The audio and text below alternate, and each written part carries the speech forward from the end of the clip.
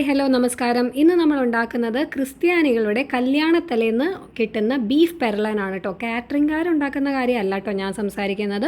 നമ്മുടെ കല്യാണ വീട്ടിൽ നാട്ടുകാരും വീട്ടുകാരും ഒക്കെ സ്നേഹത്തോടെയും സഹകരണത്തോടെയും തലേദിവസം ഉണ്ടാക്കുന്ന കറികളൊക്കെ ഉണ്ടല്ലോ, അതിൽപ്പെട്ടതാണ് ഈ ബീഫ് പെരളൻ. അപ്പം ആദ്യം തന്നെ സവാളയും ഇഞ്ചിയും വെളുത്തുള്ളിയും ഒക്കെ നമ്മൾ അരിഞ്ഞെടുക്കുന്നു. വലുതായിട്ട് അരിഞ്ഞാൽ മതി കേട്ടോ. സവാളയൊക്കെ ചെറുതായിട്ട് അരിയണമെന്ന് യാതൊരു നിർബന്ധവുമില്ല, ബീഫിൽ കിടന്നത് വെന്തോളും.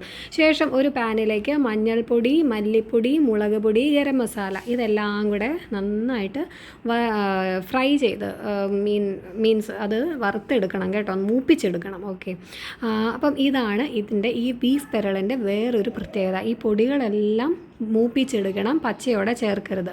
അപ്പം ഇതൊരു ബ്രൗൺ ഷെയ്ഡ് ആവുന്നിടം വരെ നമ്മൾക്ക് നന്നായിട്ട് ഇളക്കി നന്നായിട്ട് അതിനെ മൂപ്പിച്ചെടുക്കുക. ബ്രൗൺ ഷെയ്ഡും ആവും, പോരാത്തതിന് നല്ല റോസ്റ്റ് ചെയ്ത മസാലയുടെ നല്ല മണവും വരും.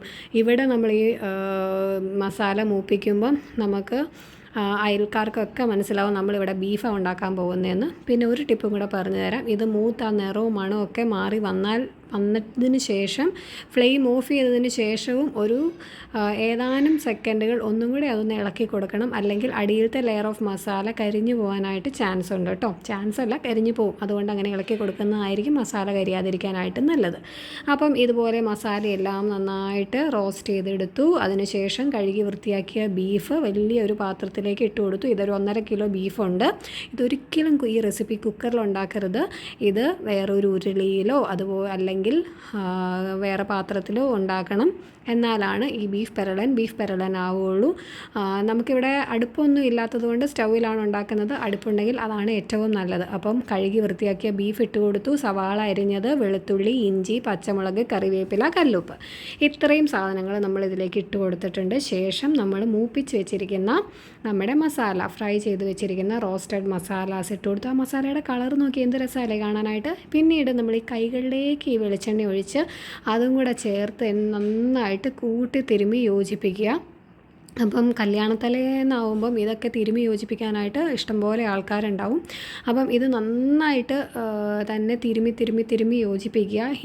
ഈ ഒരു തിരുമ്മലിന് തന്നെ ബീഫിലേക്ക് എല്ലാ മസാലകളും അത് പിടിച്ചിട്ടുണ്ടാവും കേട്ടോ.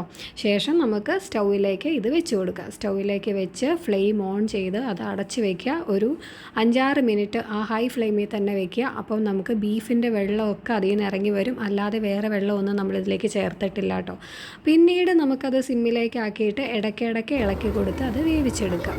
അപ്പോൾ പെരളൻ എന്ന് പറയുമ്പോൾ കുറച്ച് ചാറോട് കൂടിയ ഒരു ഫോമാണ്. ചാറ് കറിയല്ല, പക്ഷേ ആ ഒരു ചാറിൻ്റെ ഒരു ഇതുണ്ടാവും, ഗ്രേവിയുടെ ഒരു ഇതോ അതിൽ ഉണ്ടാവും. അപ്പോൾ ആ ഒരു പരുവത്തിൽ ഓഫ് ചെയ്ത് നമുക്ക് എടുക്കാം. ഒരു 1.5 മണിക്കൂർ എടുക്കും ഇതൊന്ന് വെന്ത് സെറ്റായി വരാനായിട്ട്. പക്ഷേ വന്നു കഴിഞ്ഞിട്ടുണ്ടെങ്കിൽ നല്ല അടിപൊളി കറിയാണ്.